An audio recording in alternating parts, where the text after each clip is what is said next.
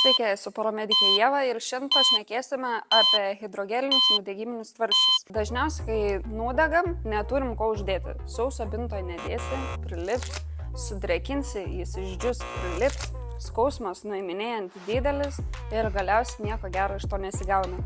Čia labai puikiai išeitis. Turime tiek mažiukų, didesnių, didelių ir veidui. Koks pagrindinis jų privalumas, kad jie yra hidrogeliniai, tai reiškia bus tokios glitnios konsistencijos. Įsivaizduokime lik veido kaukę. Kažkas panašaus bus toks glitnumas ir plevelė. Einant laikui neišdžius, neprilips prie žaizdos, tai reiškia sužeistajam bus ir mažesnis skausmas, kažkiek atvėsins ir tuo pačiu užkirs kelią tolimesnėm infekcijom. Ir jeigu reiktų nuiminėti ir keisti po kurio laiko, visa tai bus tikrai neskausminga.